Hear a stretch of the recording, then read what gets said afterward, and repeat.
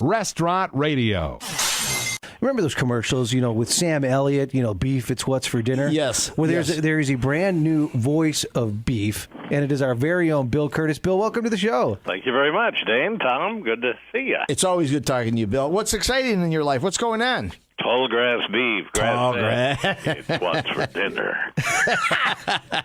Well, what's different about it? As people are paying more and more attention into what they're eating, become more conscious on this kind of beef, that kind of beef, this kind of food, what is special about Tallgrass? I mean, they're grass-fed, but what else? Well, we're the healthiest beef that you can get. We suddenly become a health food. The beef industry is under siege, as we know. We see E. coli headlines every week. Poor Cargill is getting sued for $100 million because of an E. coli case. There are special interest groups working to eliminate all the antibiotics from use in feedlots, and also the growth hormones being administered or being attacked for causing early puberty in young women. So they're looking for an alternative, and grass-fed beef is that alternative because they're high in omega-3s, low in saturated fat, good for you. So heart doctors are now prescribing it, once again on the menu. They're low in cholesterol, and they taste pretty good. I mean, they didn't always taste good. Grass-fed had a sort of a bad reputation as being gamey for a while. But now we think that we've solved that. Now, at your restaurant, what is your favorite dish at Tallgrass that you would go there and try it right now? Filet. The filet, huh? Yeah. I mean, the tenderloin is, all tenderloins are lean, but this is tender and full of flavor. It's probably the best cut we have, although our hot dogs are wonderful. Wow. Hot dogs? Hot dogs. Can you imagine? No nitrates, no nitrites, no chemicals. This is really the holy grail. No, Bill, you can't tell me a hot dog without all those extra ingredients can taste great. Well, it is true, but we have come to believe, I guess, that that's how a hot dog should taste. But ours are pure beef, and we'll turn your head. Well, so well known, obviously here in Chicago, a beloved figure. But you've been out there. All the stuff with A&E, and you've eaten, I'm sure, in most of the great cities in the country. We contend that Chicago is fast becoming, if not already, the best food and restaurant city in the country. As a guy not only who's been everywhere in the know, but also has a restaurant. What are your thoughts? It is. Definitely it is. You can certainly get a bad meal here, but I haven't had one in a long time. And I'll tell you why I believe that it's elevated itself. The chefs, we have a culture of chefs that compete one another, but they're also friends. And for instance, they're hooked into organic and natural foods. The Green City Market, a great farmer's market.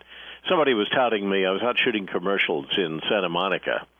And they said, Santa Monica has the best in the country. Go down there. They block off the streets and everything. I went down, and, it didn't compare with ours here. Ferran Adrià, touted as the best chef in the world from Barcelona, Spain, and leading the fusion movement, contends that Chicago is the capital of fusion.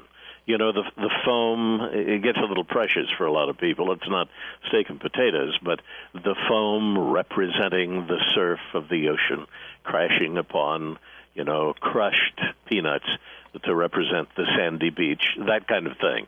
And Charlie Trotter you have, Rick Bayless, Carrie Nahabedian, Sarah Stegner, and George Bombaris. I mean, Paul Katz at Harry Carey's, great chefs. There's a difference between a cook and a chef. And that's the difference between Chicago and so many other cities. We're the chefs. They're the cooks. Well put. Wow. Now, Bill, you have been so well known as a respected, accomplished journalist, and all the stuff on A&E, and I love the stuff on A&E with all the the crime stories and the reality stuff, and a lot of the serial killers that you have, and all that stuff. But it's so serious. Did you find, or maybe this was just something that happened as a side effect? You have a great sense of humor, and I'm not sure if everybody knows that. But when you started doing the AT&T commercials, was this something that you wanted? Hey, I need to get my fun side out, or is this something that's just happened? You're so right, in the sense that, I grew up in news and spent 40 years by now, but for the first 30 years, you're in a kind of a straitjacket. You have to live the part. These are serious issues. You're dealing with wars and poverty and things like that. And so I didn't think I could smile. As a matter of fact, didn't. And for A&E, it's all crime and murder. You can't laugh about that. So when the AT&T commercials came along, I have a kind of an outgoing personality, which was under a bushel, as they say, and it allowed me to release. And I'm having a ball. I'm having a lot of fun. I'm probably more suited for that than being kind of shut up in the straitjacket.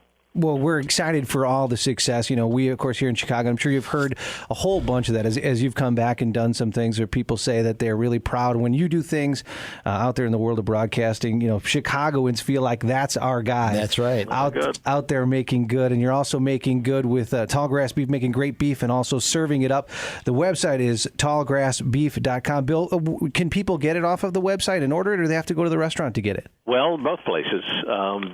We have headquarters in Kansas, so we will fulfill the orders from Kansas, tallgrassbeef.com. And then we're at Harry Carey's and Prairie Grass Cafe in Northbrook, and Rick Bayless, I think he's replaced all his meat with Tallgrass. And they believe in it as being closest to the natural. Natural and organic labels really aren't accurate. A natural animal is no chemicals, so you have no antibiotics, no growth hormones, but corn-fed. And an organic is no chemicals, but organic corn-fed. So the real natural is grass-fed, because cows are ruminants with the multi-chambered stomachs, and the only way you can get a natural animal is out there on the pasture. Wow.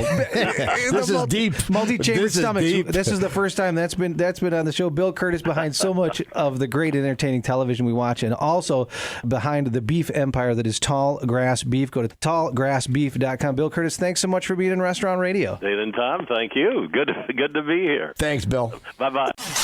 Restaurant Radio.